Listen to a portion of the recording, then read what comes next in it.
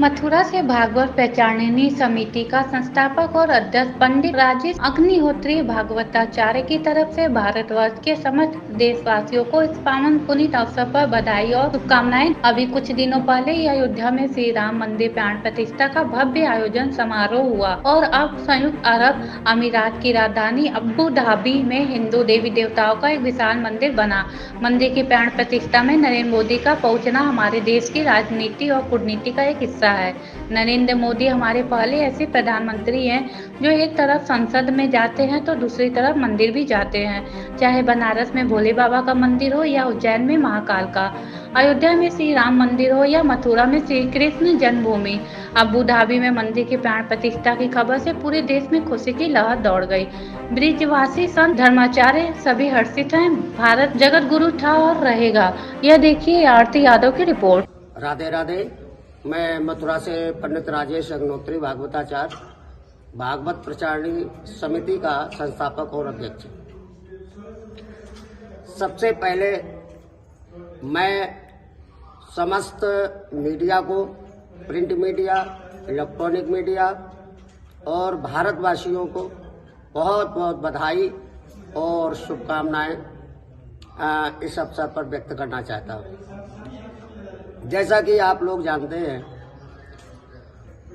संयुक्त अरब अमीरात की राजधानी अबू धाबी में एक विशाल हिंदू मंदिर बनकर के तैयार हो गया और हमारे देश के प्रधानमंत्री माननीय श्री नरेंद्र मोदी जी के द्वारा उसका उद्घाटन भी हुआ। ये बड़ी प्रसन्नता का विषय है कि संयुक्त अरब अमीरात की राजधानी जो अबू धाबी है, वहाँ भी राम मंदिर के साथ साथ अयोध्या में तो राम मंदिर का उद्घाटन हो ही चुका है और इसके साथ साथ अबू धाबी में एक विशाल हिंदू का भी मंदिर का उद्घाटन हो चुका है। देखो,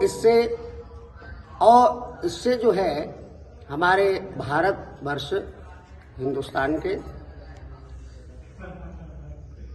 अमीरात के साथ, संयुक्त अरब के साथ में अच्छे संबंध स्थापित होंगे।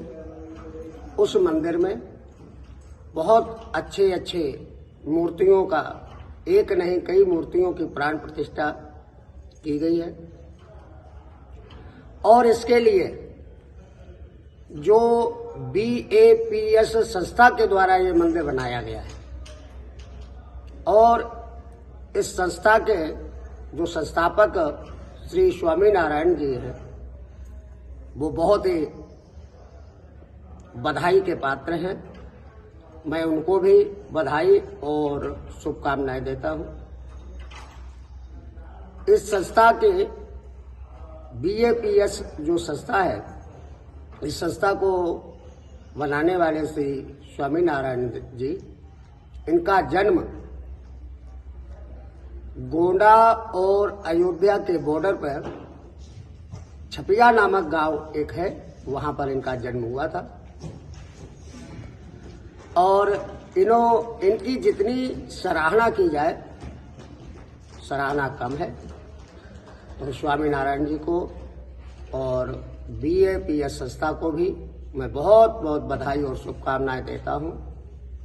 इससे संयुक्त अरब से ही नहीं, मेरा मानना है अन्य देशों के साथ में भी भारत के संबंध, एक अच्छे संबंध मजबूत होंगे और एक बहुत ही पूरे विश्व में बहुत ही सुंदर संदेश गया है।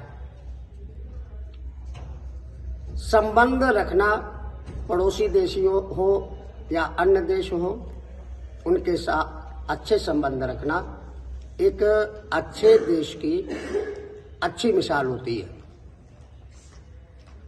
क्योंकि पड़ोसी पड़ोसी के काम आता है और जब हमारे संबंध होंगे तो एक देश नहीं, उसके साथ अन्य देशों की भी तरक्की होती है।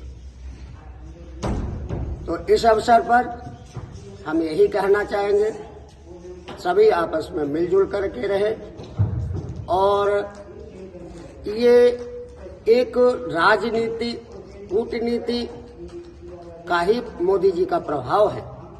जो हमारा भारतवर्ष पहले भी जगत गुरु था, विश्व गुरु था और आगे भी होगा। और इसके साथ साथ एक दूसरी और खुशखबरी है, कतर में जो हमारे भारतीय 8 भारतीय जो बंद थे, वो भी जो है स्वतंत्र कर दिए गए हैं। इसके लिए मैं भारत सरकार को बहुत बहुत बधाई और शुभकामनाओं के साथ में आभार व्यक्त करता हूं।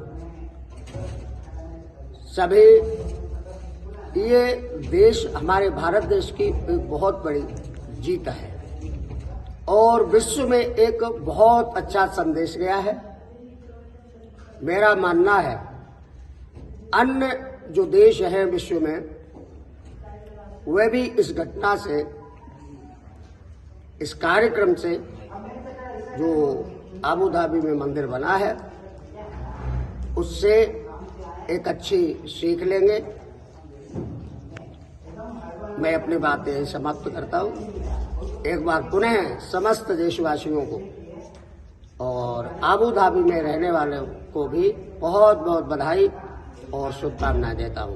जय श्री राधे, जय श्री कृष्ण।